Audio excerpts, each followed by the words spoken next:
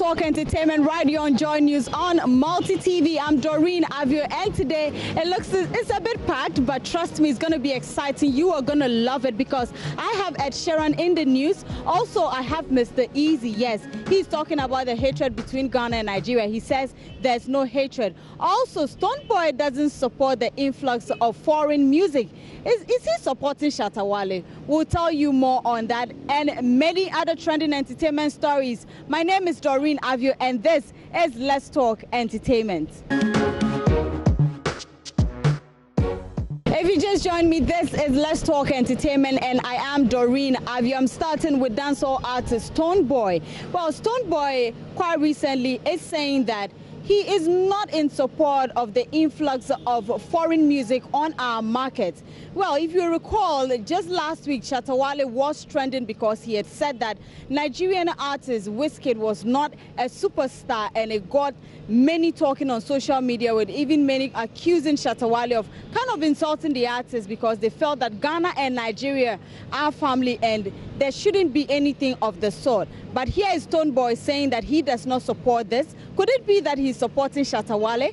Well, I don't know. We'll hear from him. But all of this has to do with the launch of his album, which is set to take place on the 22nd of December. Now let's hear from Stonebwoy. We're bringing Kojo fans. I know one or two people must have heard about him and of him. He's a Ghanaian-born artist in the UK. He's done a couple of great songs, and I know the youth would want to see him in Ghana to perform for the first time. So definitely he's coming down, and also, like we said, working on other surprises as well from the Jamaican side. So primarily,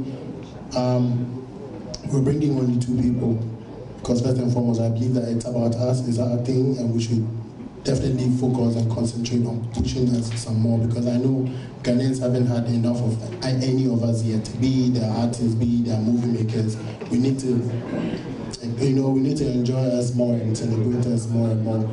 And I want to say this so to make people know that I particularly as an artist, I do not support, the too much influx. Like, it doesn't really help. It only makes other people greater and better over us, isn't it?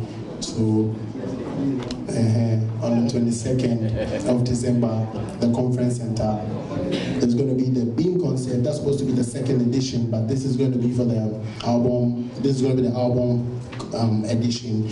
So you find me performing one or two songs from the album and the rest. And I know that you guys are going to enjoy it. Dancehall artist Stonebwoy, who is saying that he does not support the influx of foreign music on our market. Now, away from that, over the weekend, Kwabena Kwabena also launched his Ahyesi album at the Plus 233. It was really exciting. Lots of artists on stage to perform and support the artists. But most importantly, it was all about the album. And my colleague Miss G was there.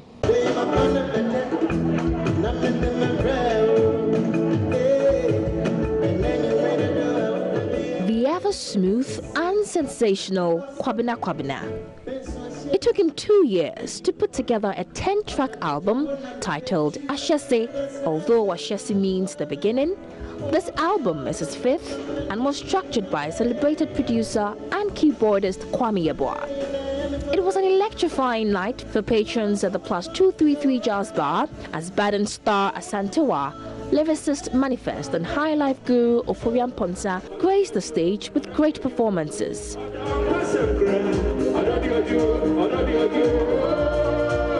Humor was not in short supply. I see you giving shout out to South Africans. Kenyans. Hey, where are the Kumasi people? Where are you? Come on. The Aso hitmaker, now United Nations Youth Ghana, Arts and Culture Ambassador, received a surprise as a budding artist, Peter Sari, presented a painting depicting the title of his album, Ahyesi. This is to certify that the United Nations Youth Ghana, under the United Nations Youth Program, confers upon George Edu, the man you know as Kwabena Kwabena, your service to humanity is service to God. Hence, we wish you a great lifetime service to humanity as you join us.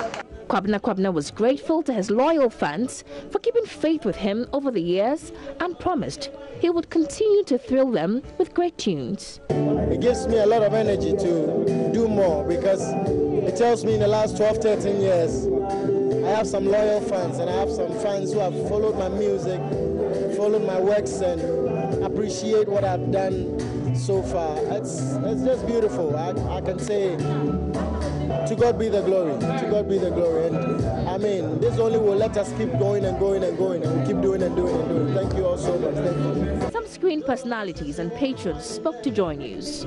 Apart from the friendship, I mean, Kwabena Kwabena and I, we go way back.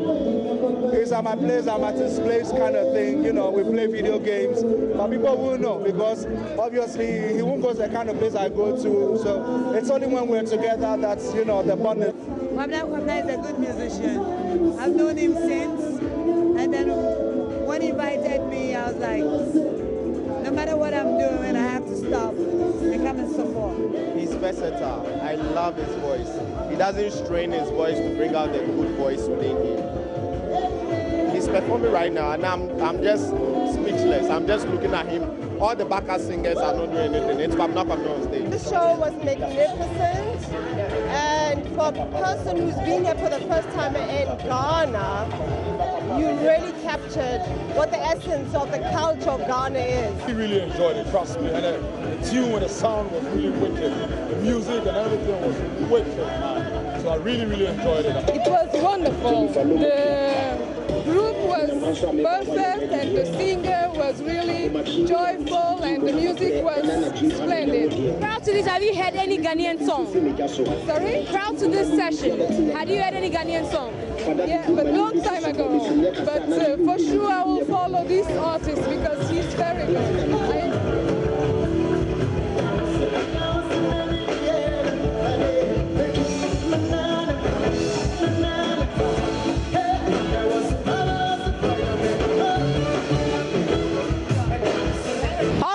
Nigerian artist or Ghanaian artist Mr. Easy is also in the news, and it has to do with, of course, the whole rivalry between Ghana and Nigeria. The fact that there's this back and forth fight on social media. He says with all of this, there is no hate between the two countries. I think at the end of the day, it's still love because, like, for instance, I'm just coming straight from Benin. We shut down Benin. You know, what I saw there, I didn't even know people partying on Wednesday, you know, and even I was so shocked. The DJ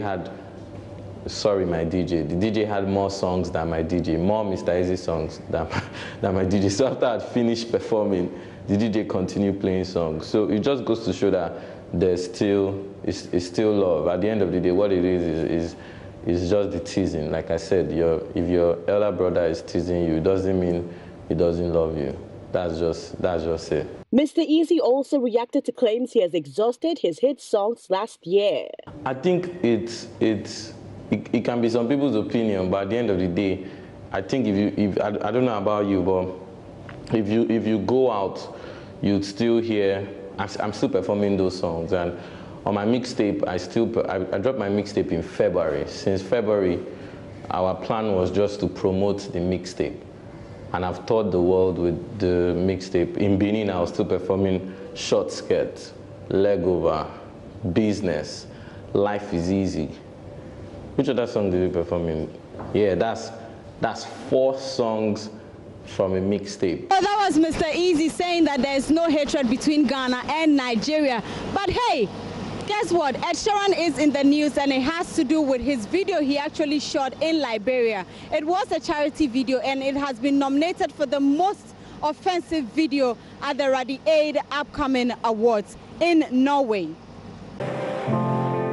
Across Africa, millions of the world's poorest children don't even have a bed to sleep in.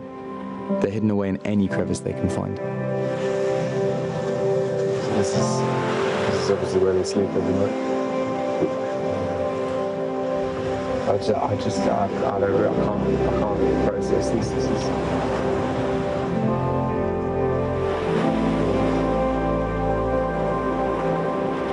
They're so tiny. You do see them in the day and they're kids and they're running around, they're playing football and they're dancing, and then you come here on the beach and there's loads of adults smoking, and there's just these two tiny little things sleeping in the boat around all of that in the middle of Liberia's worst slum. This is JD. How long have you been living on the streets? So, yeah, I'll be living here. I won't be here. What happened to your mum and dad? That during the Polar War, it came my father, he went away from me. I'll be going to school. I'll be going to school. What do you want to be when you're older? I'll be president. You want to be the president? Sick. I like that. What would you do if you were the president? Oh, I'll be president. I'll be school for a pony. I'll be feeding it. I'll get money to buy food for the children. Leaving JD and those kids there was one of the hardest things I've ever had to do. Really does not feel right leaving. That's all. Yeah, I mean the only thing you can do is help them, which we should. My natural instinct is to just put them in a car and we'll just take him and just put him somewhere in the city and put him in a hotel until we can get him sorted. Can we do that? Can I pay for him to stay in a house until we get him into school? It doesn't matter how much it is. We'll just get him and his 5 mates. We'll get him in a house and but with an older person to look after. Because that's the problem. They're so little that. Yeah, I don't think we should go until that's sorted either. All right. We'll get you somewhere to stay tonight, yeah? These kids, you give them an education, you give them hope. I think that's the main thing. So that'll be it for Let's Talk Entertainment today's edition. I'm Doreen Avio. Remember to log on to myjoyonline.com, the entertainment page, for more of our stories. Well, that's been a fruitful day. Do enjoy your evening.